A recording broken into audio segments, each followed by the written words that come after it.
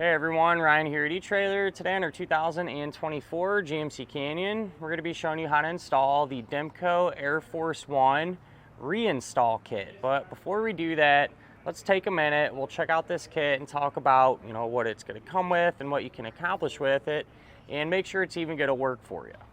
With this particular kit, it's really designed for one main reason, all right, and that is for those of you that already had a flat toe setup with the whole Air Force One kit.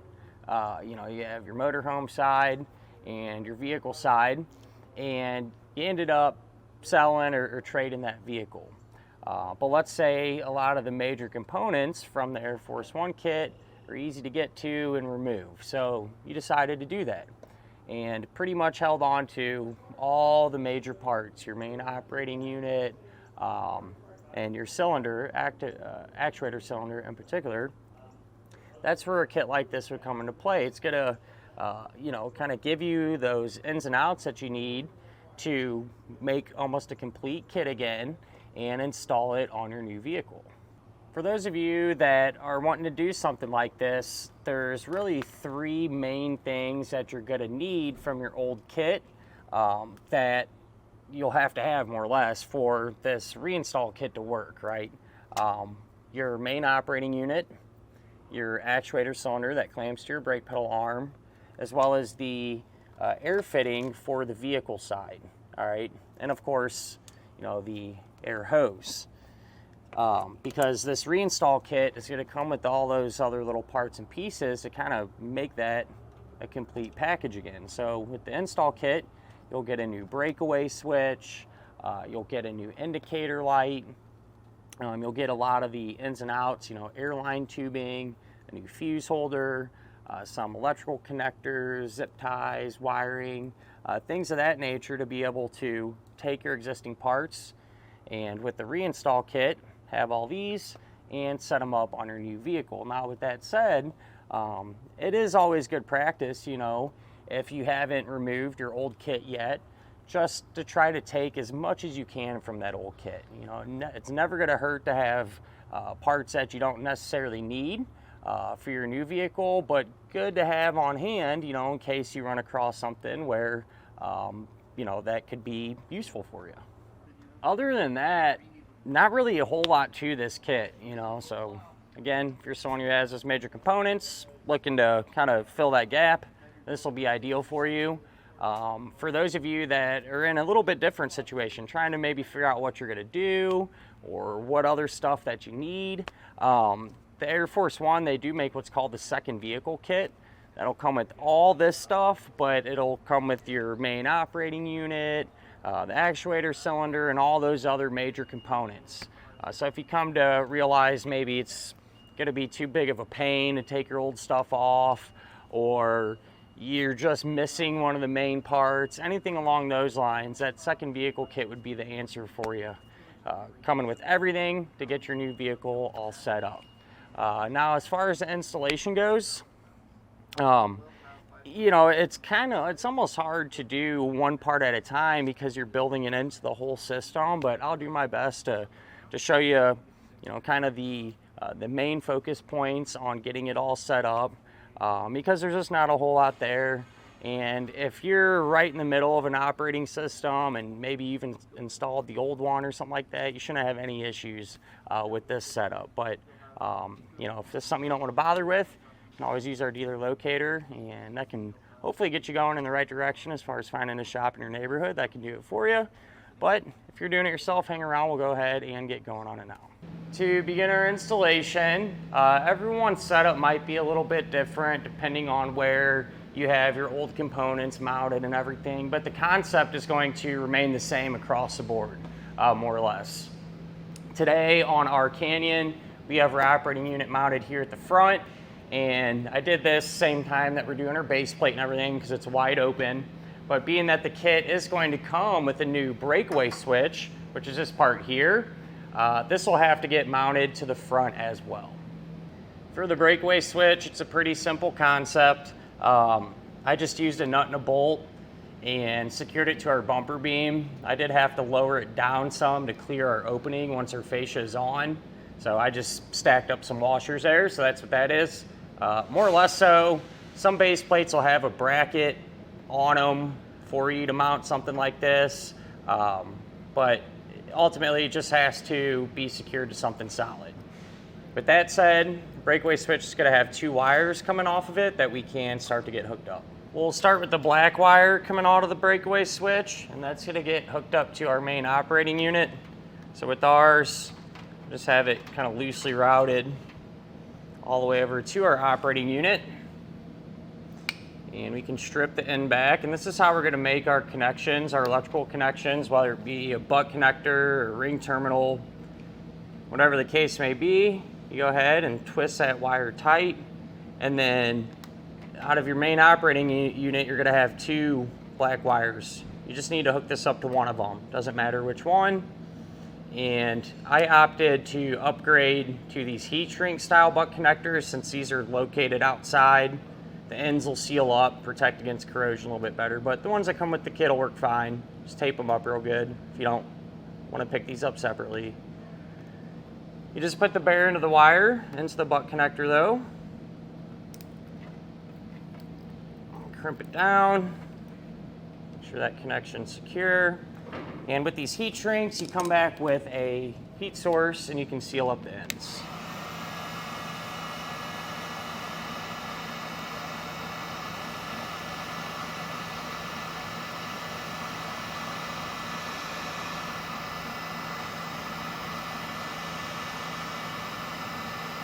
For the orange wire, you can strip that end back, and then the reinstall kit is going to come with a bundle of red wire as well. You want to take one end of that and strip it back, and these 2 I'm going to twist together. All right, and then how I like to do this is I grab some extra wiring I had laying around, maybe, I don't know, 4 foot of it, something like that. Crimped on a butt connector, and I'm going to take these, both these ends, put them in here, and crimp it down. And so this piece will run up to our battery, and this red wire is going to get routed inside of our vehicle. With those connections made, I came back and used some electrical tape, taped everything up, and over here on our passenger side where this wire is going to get connected to the battery, it simply just runs kind of up into the opening, into the engine compartment. And since we already got our vehicle up in the air and everything, I'll show you where that red wire gets routed as well. So pretty much the same deal, you know, runs all the way over. And all this is loose. We'll come back, secure everything once we're done. But that red one, that's where it goes. Pretty much the same setup. There's one more thing too, you might as well route at the same time, and that's your air line. So the kit comes with a bundle of it, and whenever you make these connections, you want to make sure to use a tool like this, or they even make tubing cutters, or you can use a utility knife and a block of wood. What you're looking for is a good clean straight cut. You know, you don't want any kinks or burrs or anything like that on it. So avoid using a regular pair of snips because it'll probably leak. And this air line, we're going to plug that into the air out fitting, and this gets routed up the same way that we did that red wire, and eventually it'll go inside of our vehicle as well. Over on the passenger side, we'll get our power wire done. So I took the included fuse holder and crimped it to that wire that we ran up here. On the other end, I just crimped on a ring terminal and hooked it up directly to our positive battery post. And you want to make sure that the fuse is not installed just yet. We'll do that at the very end once we have everything hooked up. Back over here on our driver's side, you know, this is the area where our airline tubing and our red wire came up into the engine compartment. And right when I got to about this point too, what I like to do is set up, you know, all my grounds at one location ideally. And here's where I chose to do that. And with this kit, the indicator light is going to have to get grounded. And so that's what one of these wires is here for. I just took an extra, I don't know, probably 3 foot of wire, used the ring terminal, and secured it to this factory ground. It's a 10mm head bolt. But so now you'll have your black ground wire, your nylon air tube, and the red wire, and that's going to get routed through the firewall to the inside of our vehicle. And just to make things easier for me, I did decide to drill a hole through the firewall and use a grommet to be able to route those wires through. Here's where our wires come out, and you can start to get them hooked up. So you will have to have your actuator cylinder, you know, bolted up to your brake pedal arm and everything already. But the red wire that we ran in here, that's going to get connected to the brown wire coming from our reed switch. And then the airline tube that we ran in, that's also going to get hooked up right to our actuator cylinder. Here's how our airline tube is plugged into that actuator cylinder. You know, just cut it to length, hold on to any additional tubing that might be left over, because we still have a fitting at the front that we need to do, but cut it clean, and works the same way that the one in the front did into our main operating unit. As far as that black wire goes that we routed in the engine compartment, you can hook that up to the black wire coming from your indicator light, which is this here. And then the red wire from the indicator light, that's going to get hooked up to the blue wire from our reed switch. And the indicator light, I have that mounted up on our A-pillar, so this is the wiring for it. And I just have it routed, you know, up through here. And I just peeled off our weather stripping there. And just kind of tucked it in, this little opening, where it goes around right through this side. Like I said, that wire just runs along through here, and if you pop this little panel off, they just snap off. You know, and you're routing your wire, you never want to run your wiring on top of an airbag system or anything. That way, if it ever does deploy, it's not going to interfere, you know. So just something to keep in mind. But all this is this indicator light. It's just 2-sided sticky tape on the back of it. I cleaned off our surface with rubbing alcohol real good to let it dry, and just stuck that right in place. I almost did forget to mention this, but for the Canyon, since it uses electric assisted brakes and the battery gets disconnected, you will have to use a couple more parts that come with the kit. Our old unit was already set up this way, so I really don't want to take it apart and break the seal or anything, because it's working just fine. But if yours is not, you know, the old way it was set up wasn't like this, and you will have to do this for the Canyon. So you can take a couple-inch piece of hose, put it on this vacuum port, and then the kit is going to come with this little plug. So that just pushes in there and caps it off. And then where it says exhaust do not cover, there will be a little fitting on the bottom of it, and the kit comes with this little rubber plug deal. You put that in there, and then this acorn nut will thread on. And that's how it's supposed to be set up for this particular application.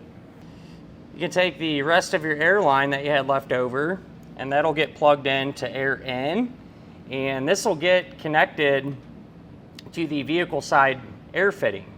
All right, but in our case, just how the base plate and everything's set up, we almost have to get the fascia back on because the fitting's kind of incorporated into that. So I just wanted to have this airline ready, and at this point, we'll let this just kind of hang for now. I'll go ahead, clean everything up, get our fascia back in place, and pick up from there.